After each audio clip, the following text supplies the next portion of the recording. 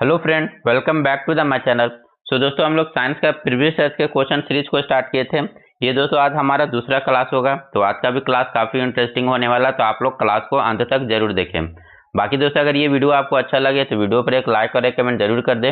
Video को ज़्यादा से ज़्यादा अपने दोस्तों को साथ शेयर करें, और जो लोग चैनल पर नए आ रहे हैं चैनल को सब्सक्राइब करना ना भूलें। तो चलिए आज की इस वीडियो को स्टार्ट करते हैं। दोस्तों यहाँ पर आज का जो हमारा पहला क्वेश्चन है, निम्न में से किसका अपवर्तनांक सर्वाधिक होगा। ठीक है, यहाँ पर पूछ रहा है किस कलर का जो है अपवर्तनांक सर्वाधिक होगा। तो दोस्तों हम लोग जो है कल विबग्योर के बारे में पढ़े थे, जिसमें हम लोग बताए थे कि कौन से कलर का वेवलेंथ अधिक होता है, कौन से कलर का फ्रीक्वेंसी अधिक होगा। तो ये चीज हम लोग कल पढ़ चुके थे। इसको एक बार मैं फिर से रिवाइज करा दे रहा हूँ। ये चीज आपको याद रखना जरूरी है दोस्तों, इससे आपको काफी हेल्प मिलेगा। विबग्योर, विबग्योर क्या। अब यहाँ पर हम लोग दोस्तों कल बात किए थे कि ये जो वायलेट कलर है या बैगनी कलर है, इसका जो वेवलेंथ होता है ये मिनिमम होता है। वायलेट कलर का जो है वेवलेंथ ये मिनिमम होगा, और इसका जो दोस्तों फ्रीक्वेंसी होता है ये मैक्सिमम होता है। उसके बाद यहीं पर हम लोग रेड कलर के बारे में बात किए थे। इसका जो वेवलेंथ होता है दोस्तों ये मैक्सिमम होता है, और इसका जो फ्रीक्वेंसी होता है ये मिनिमम होता है। ये चीजें हम लोग कल पढ़ चुके थे। उसके बाद एक रिलेशन देखे थे, जो वेवलेंथ होता है ये इन्वर्सली प्रोपोर्शनल टू किसके होता है, डेविएशन के होता है। यानी जिसका जितना अधिक वेवलेंथ होगा उसमें डेविएशन उतना ही कम होगा। इसलिए जो रेड कलर का है डेविएशन उसमें काफी कम होता है, और जो बैगनी कलर का जो कलर है उसमें डेविएशन काफी ज्यादा होता है। ये चीज हम लोग कल पढ़ चुके थे। उसके बाद एक और रिलेशन देखे थे, ये जो वेवलेंथ होता है दोस्तों ये फ्रीक्वेंसी के इन्वर्सली प्रोपोर्शनल होता है। ठीक है, तो ये चीज हम लोग कल देख चुके थे। आज जो हम लोग को सीखना है दोस्तों ये रिफ्रैक्टिव इंडेक्स के बारे में सीखना है। रिफ्रैक्टिव इंडेक्स को हम लोग कैसे डिनोट करते हैं, म्यू से डिनोट करते हैं। और ये होता क्या है, तो प्रकाश का निर्वात में चाल अनुपात प्रकाश का मीडियम में चाल, यानी जो प्रकाश का निर्वात में चाल है उसका रेशियो प्रकाश का मीडियम में चाल के रेशियो का हम लोग क्या कहेंगे, रिफ्रैक्टिव इंडेक्स कहेंगे। अब ये जो है दोस्तों अकॉर्डिंग टू कॉची फॉर्मूला, ठीक है, ये आप एक ये नाम याद रखिए, कॉची फॉर्मूला।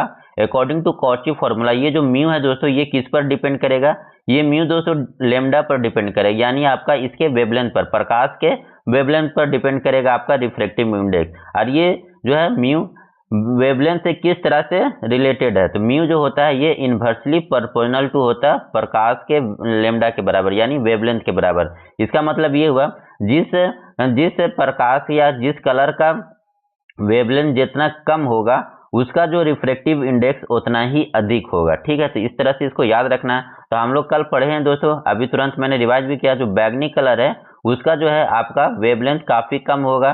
तो बैगनी कलर का अगर वेवलेंथ कम हुआ तो इसका जो रिफ्रैक्टिव इंडेक्स अधिक हो जाएगा, इसका मतलब इसका जो अपवर्तनांक सर्वाधिक होगा। ठीक है, तो यहाँ पर कौन से कलर का अपवर्तनांक सर्वाधिक होगा, ऑप्शन बी करेक्ट आंसर हो जाएगा, ऑप्शन बी। ठीक है, बैगनी कलर का जो है इसका अपवर्तनांक सर्वाधिक होगा। होप ही आपको ये चीज समझ में आ गया होगा, और ये सारे रिलेशन को दोस्तों आप याद करके रखेंगे। नेक्स्ट क्वेश्चन देखते हैं हम लोग। नेक्स्ट क्वेश्चन क्या, निम्न में से किस विद्युत चुंबकीय तरंग की तरंगदैर्घ्य ज्यादा होती है। यहाँ पर फिर से आपको दोस्तों तरंगदैर्घ्य के बारे में ही पढ़ना है। तो अभी तो हम लोग दोस्तों वो विबग्योर के बारे में पढ़े। अब यहाँ पर आपको एक चीज सीखना है, किसके बारे में, विद्युत चुंबकीय तरंग यानी इलेक्ट्रोमैग्नेटिक वेव। अब पहले आपको ये पता होना चाहिए कि इलेक्ट्रोमैग्नेटिक वेव होते कौन कौन है। तो आप इसे याद रखने के लिए बस इस तरह से याद रख लीजिए, gamma X U, gamma X U भी I M R, gamma X U भी आई एम आर। ठीक है, इस तरह से इसको याद रखिए। ये क्या हो गया, गामा किरण हो गया, एक्स किरण हो गया, यू हो गया अल्ट्रा वायलेट, अल्ट्रा वायलेट जिसे हम लोग हिंदी में बोलते हैं पराबैंगनी किरण। उसके बाद ये विजिबल किरण, विजिबल जिसे हम लोग बोलते हैं दृश्य किरण। आई हो गया इंफ्रारेड जिसे हम लोग बोलते हैं आवरक किरण हिंदी में। एम हो गया माइक्रोवेव, माइक्रोवेव तरंग। और आर हो गया रेडियो वेव तरंग। तो ये नाम आपको याद होना चाहिए। ठीक है, गामा किरणें, एक्स किरणें, अल्ट्रा वायलेट, उसके बाद विजिबल, उसके बाद इंफ्रारेड, एम से हो गया माइक्रोवेव, और आर से हो गया रेडियो वेव। ठीक है, तो ये आपका हो गया, ये सारे किरणें कौन से किरणें कहलाते हैं, तो ये जो तरंग है या वेव है इसे हम लोग कहते हैं इलेक्ट्रोमैग्नेटिक वेव। इसमें भी दोस्तों अब सेम वही रिलेशन हम लोग को पढ़ना। अगर हम लोग इधर से जाएंगे लेफ्ट टू राइट की तरफ जाएंगे, तो लेफ्ट टू राइट की तरफ जाने से क्या होगा दोस्तों, इसका जो है लेमडा मैक्सिमम होगा। ठीक है, इसका मतलब ये हुआ कि यहाँ पर जो रेडियो वेव है उसका जो तरंगदैर्घ्य है वो अधिक होगा, और इसका जो है यहाँ पर फ्रीक्वेंसी कम होगा। उसी तरह अगर हम लोग राइट टू लेफ्ट की तरफ आएंगे तो यहाँ पर इसमें फ्रीक्वेंसी इंक्रीज होगा और इसका जो है लेमडा का वैल्यू यानी वेवलेंथ का मान मिनिमम होगा। इसका मतलब ये हुआ कि जो गामा किरण है इसकी फ्रीक्वेंसी सबसे अधिक होगी और इसका जो वेवलेंथ है वो सबसे कम होगा। ये चीज आपको याद होना चाहिए, ठीक है। तो अब यहाँ पर पूछ क्या रहा है कि निम्न में से किस विद्युत चुंबकीय तरंग का तरंगदैर्घ्य ज्यादा होगा। तरंगदैर्घ्य के बारे में पूछ रहा है, तो सबसे ज्यादा कौन सा है, तो रेडियो वेव। रेडियो वेव के बाद आपका कौन सा, माइक्रोवेव। माइक्रोवेव के बाद आपका कौन सा हो जाएगा, इंफ्रारेड, जिसको हम लोग अवरक्त किरणें कहते हैं। तो अवरक्त किरणें ऑप्शन में है दोस्तों, ऑप्शन बी करेक्ट आंसर हो जाएगा, ठीक है। अवरक्त किरणें का जो है इन ऑप्शन के अनुसार अवरक्त किरणों का जो है तरंगदैर्घ्य अधिक हो जाएगा। तो ये चीज याद रखिएगा। अब हम लोग दोस्तों देखते प्रकाश है ना। अब जो यहाँ पर इलेक्ट्रोमैग्नेटिक वेव है, इलेक्ट्रोमैग्नेटिक वेव का कुछ दोस्तों प्रॉपर्टीज होता है जिसे आपको ध्यान में रखना होता है। जैसे कि इसमें पूछा जाए इलेक्ट्रोमैग्नेटिक वेव में जो है इनमें आवेश नहीं होता, मतलब इसमें कोई चार्ज नहीं होगा। इलेक्ट्रोमैग्नेटिक जो वेव है इसमें कोई आवेश नहीं होगा। ये दोस्तों किस तरह के तरंग है या किस तरह के वेव है, जिसे हम लोग दोस्तों कहते हैं ट्रांसवर्स वेव है, ठीक है। इलेक्ट्रोमैग्नेटिक वेव जितने भी ये एक्स गामा हो गए, एक्स किरण हो गए, यू किरण हो गया, ये सारे किस तरह के वेव हैं, तो ये सारे दोस्तों ट्रांसवर्स वेव हैं, ठीक है। इनका जो स्पीड होता है दोस्तों, ये लाइट के स्पीड से ये ट्रेवल करते हैं, ठीक है। ये जितने भी तरंग है ये किस स्पीड से ट्रेवल करते हैं, तो लाइट के स्पीड से ट्रेवल करते हैं। और ये दोस्तों जो है वैक्यूम में भी जो है ट्रेवल कर सकते हैं। तो ये कुछ प्रॉपर्टी होती है आप लोगों का ईएम वेव का, जिसे आपको ध्यान में रखना होगा, ठीक है। पहला अगर बात किया जाए कि ईएम वेव में क्या है, इनमें आवेश नहीं होगा। ये किस तरह के, इनका नेचर जो है, तरंग का नेचर कैसा होगा, ट्रांसवर्स वेव होते हैं। ट्रांसवर्स वेव ऐसे होते हैं जो दोस्तों एक दूसरे के परपेंडिकुलर ट्रेवल करते हैं, ठीक है। तो ये ट्रांसफर वेव होंगे।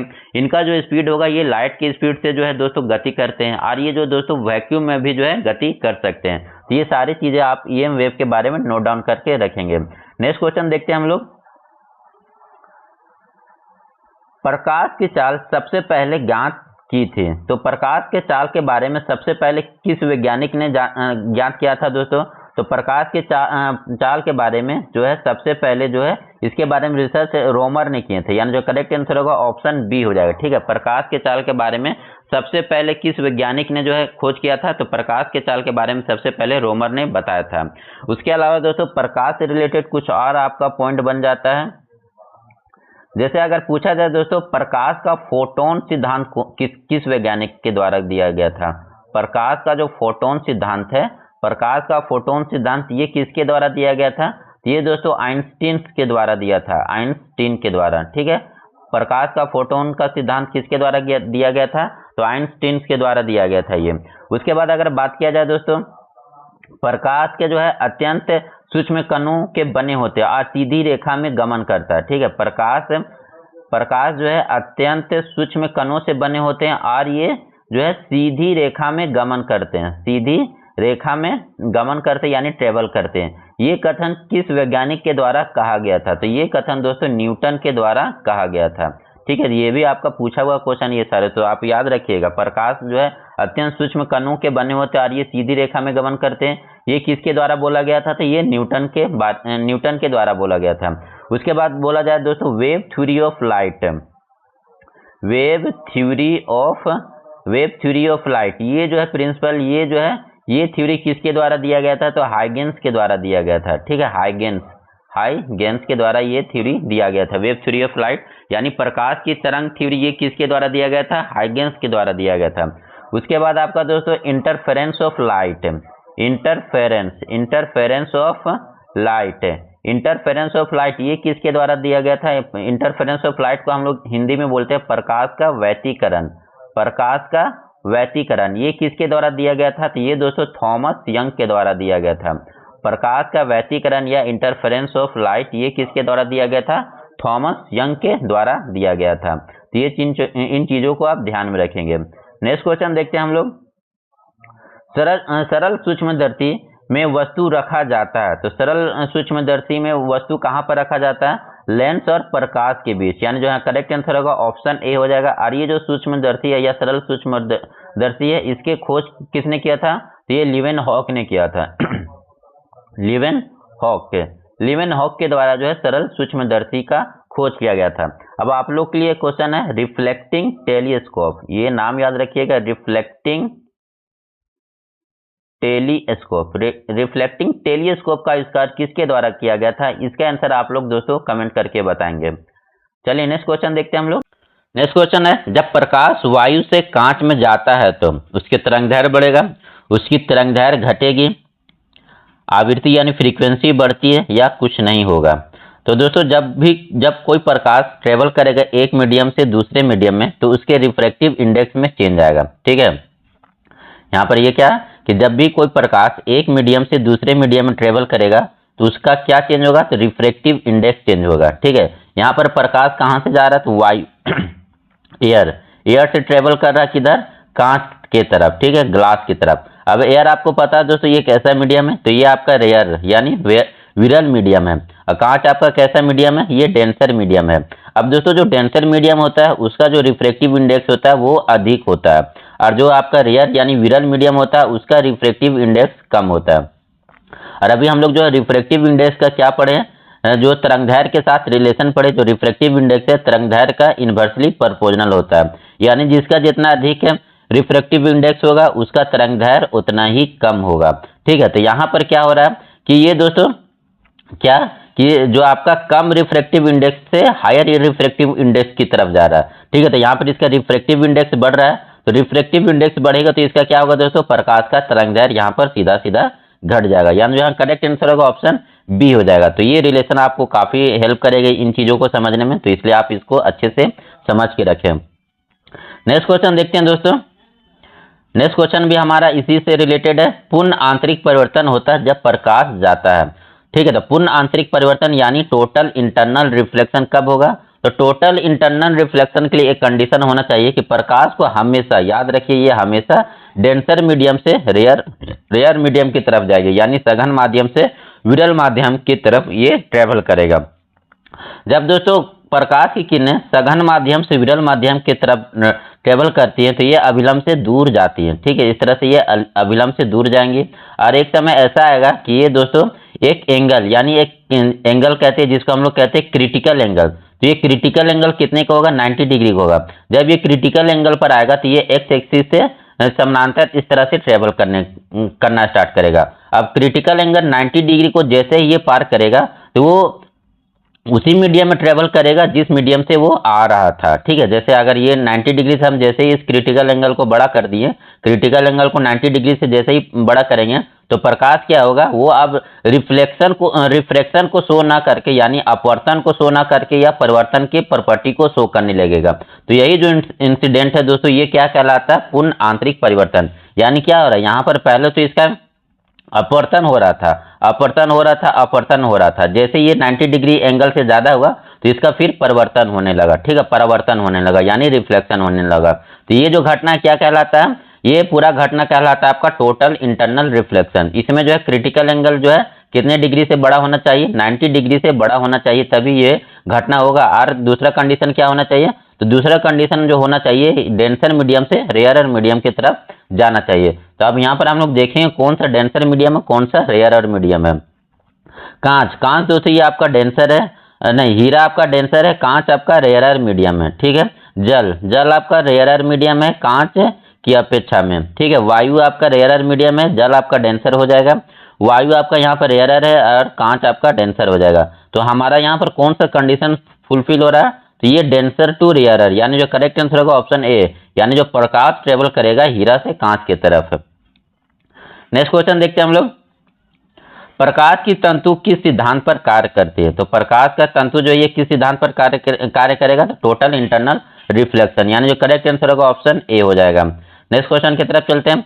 प्रकाश को विद्युत ऊर्जा यानी जो लाइट है उसको इलेक्ट्रिक एनर्जी में कौन चेंज करेगा, तो ये सौर सेल हो जाएगा, यानी जो करेक्ट आंसर होगा ऑप्शन सी हो जाएगा। नेक्स्ट क्वेश्चन देखते हैं। यांत्रिक ऊर्जा यानी मैकेनिकल एनर्जी से इलेक्ट्रिकल एनर्जी में कौन चेंज करता है, तो ये दोस्तों डायनेमो करेगा। विद्युत मोटर इलेक्ट्रिक मोटर ये क्या करेगा दोस्तों, इलेक्ट्रिकल एनर्जी से मैकेनिकल एनर्जी में चेंज करेगा। नेक्स्ट क्वेश्चन देखते हैं। सूर्य के केंद्र का ताप कितना होता है, तो सूर्य के केंद्र का ताप 1.5 के और क्या ऑप्शन है 2.5 का पावर 7। ये दोस्तों यहाँ पर ऑप्शन में कुछ गड़बड़ी है तो इस क्वेश्चन को हम लोग रहने देते हैं। सूर्य के केंद्र का दाब कितना आता है? सूर्य के केंद्र में दाब कितना होगा दोस्तों? तो सूर्य के जो केंद्र में दाब होता है ये 2 इंटू 10 का पावर 16, ठीक है, 2 इंटू 10 का पावर 16, ये आपका न्यूटन मीटर स्क्वायर, ठीक है, 2 इंटू 10 का पावर 16 न्यूटन मीटर स्क्वायर हो जाएगा सूर्य के केंद्र का दाब। नेक्स्ट क्वेश्चन देखते हैं, परमाणु रिएक्टर आधारित होता है। तो परमाणु रिएक्टर दोस्तों ये नाभिकीय विखंडन पर होगा, यानी जो करेक्ट आंसर होगा ऑप्शन बी हो जाएगा।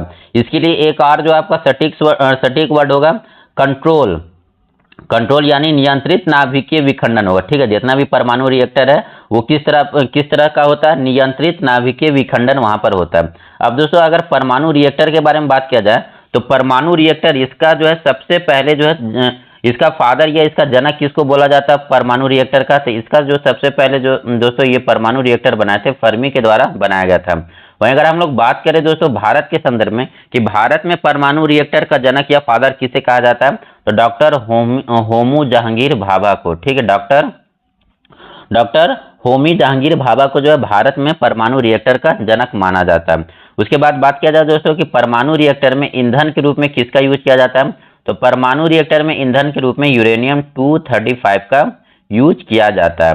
और इससे क्या क्वेश्चन बन सकता है? तो इसमें अगर पूछा जाए कि जो कंट्रोल रोड्स है, ठीक है, नियंत्रक छड़ के रूप में किसका यूज किया जाता है? तो बोरोन और कैडमियम का जो है नियंत्रक छड़ के रूप में यूज किया जाता है। उसके बाद यहाँ पर दोस्तों पूछता है मंदक के रूप में यहाँ पर क्या यूज होता है? तो परमाणु रिएक्टर में जो मंदक के रूप में भारी जल और ग्रेफाइट का यूज होता है।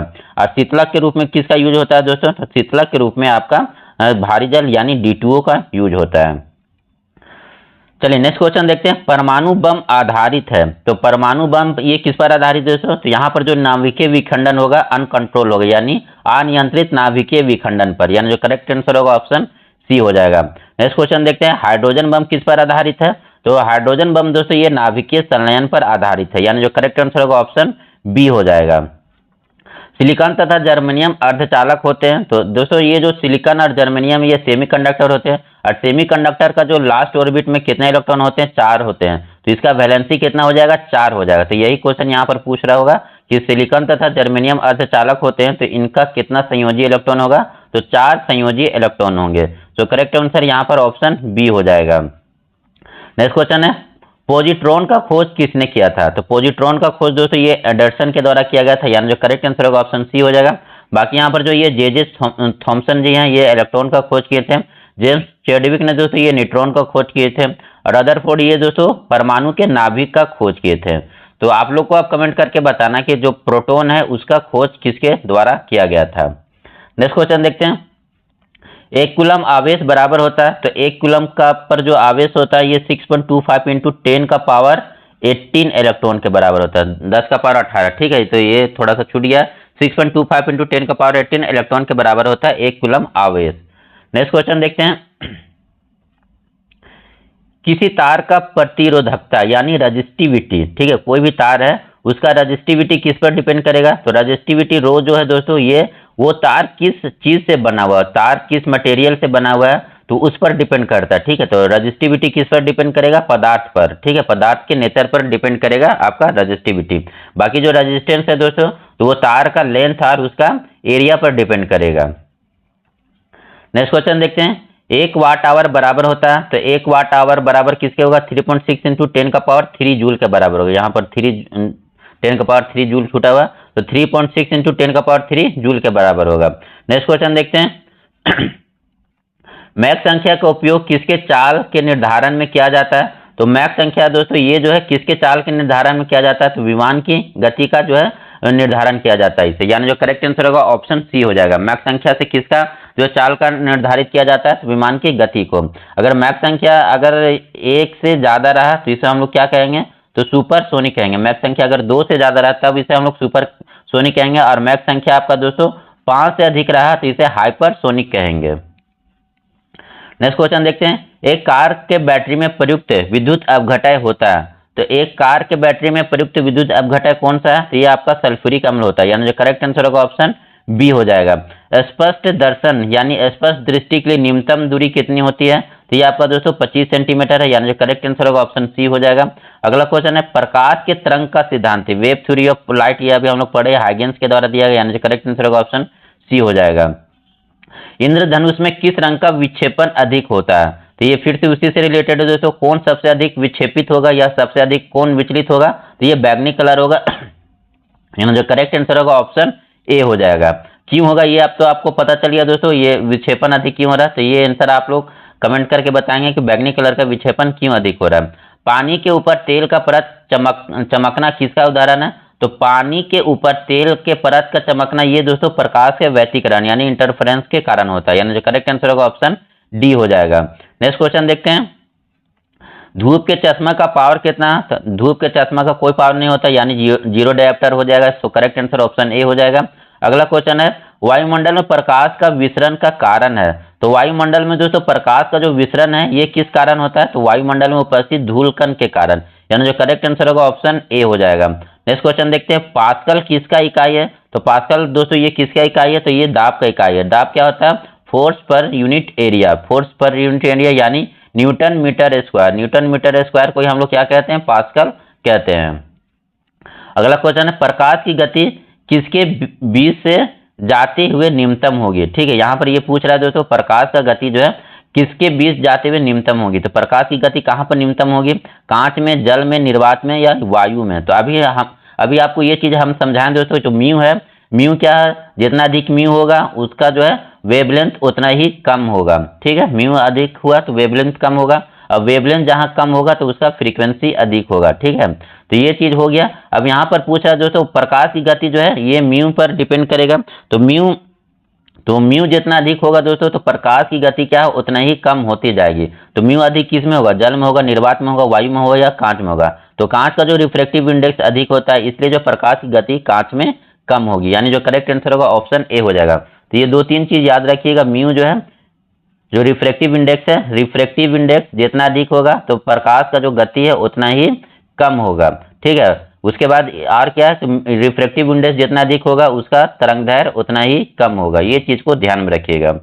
नेक्स्ट क्वेश्चन देखते हैं, सूर्य की उष्मा पृथ्वी पर कैसे पहुंचता है? तो सूर्य का उष्मा दोस्तों ये रेडिएशन के द्वारा पहुंचता है। यानी जो करेक्ट आंसर होगा ऑप्शन बी हो जाएगा। रेडिएशन एक ऐसा वे है जिसको जो है दोस्तों कोई माध्यम की आवश्यकता नहीं होती है। ठीक है, ट्रेवल करने के लिए उसे कोई माध्यम की आवश्यकता नहीं होती है। तो यही है जो सूर्य का उष्मा जो है पृथ्वी तक कैसे पहुंचता है? तो ये दोस्तों विकिरण के द्वारा पहुंचता है। रेफ्रिजरेटर में जो थर्मोस्टेट का कार्य क्या है? तो रेफ्रिजरेटर में जो थर्मोस्टेट लगा होता है वो क्या करता है दोस्तों? तो टेम्परेचर को मेंटेन करके रखता है, यानी एक समान ताप को बनाए रखता है। तो करेक्ट आंसर होगा ऑप्शन सी हो जाएगा। नेक्स्ट क्वेश्चन है, शुद्ध जल का क्वथनांक फॉरेनहाइट में पूछ रहा है। तो शुद्ध जल का जो क्वथनांक फॉरेनहाइट में कितना हो जाएगा? 212 फॉरेनहाइट हो जाएगा। यानी जो करेक्ट आंसर होगा ऑप्शन सी हो जाएगा। केल्विन ताप पर बर्फ का गलनांक कितना हो जाएगा? तो केल्विन ताप पर जो बर्फ का गलनांक कितना होगा दोस्तों? तो ये आपका हो जाएगा 273 केल्विन। यानी जो करेक्ट आंसर होगा ऑप्शन ए हो जाएगा।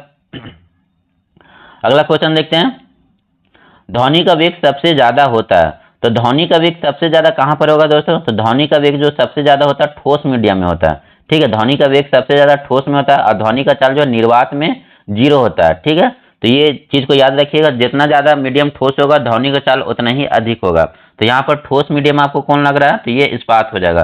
तो करेक्ट आंसर होगा ऑप्शन ए हो जाएगा।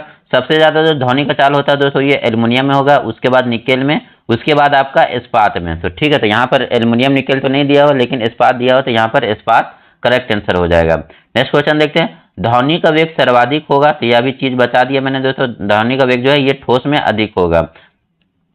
अगला क्वेश्चन है, ध्वनि का प्रभाव कान में कितने समय तक रहता है?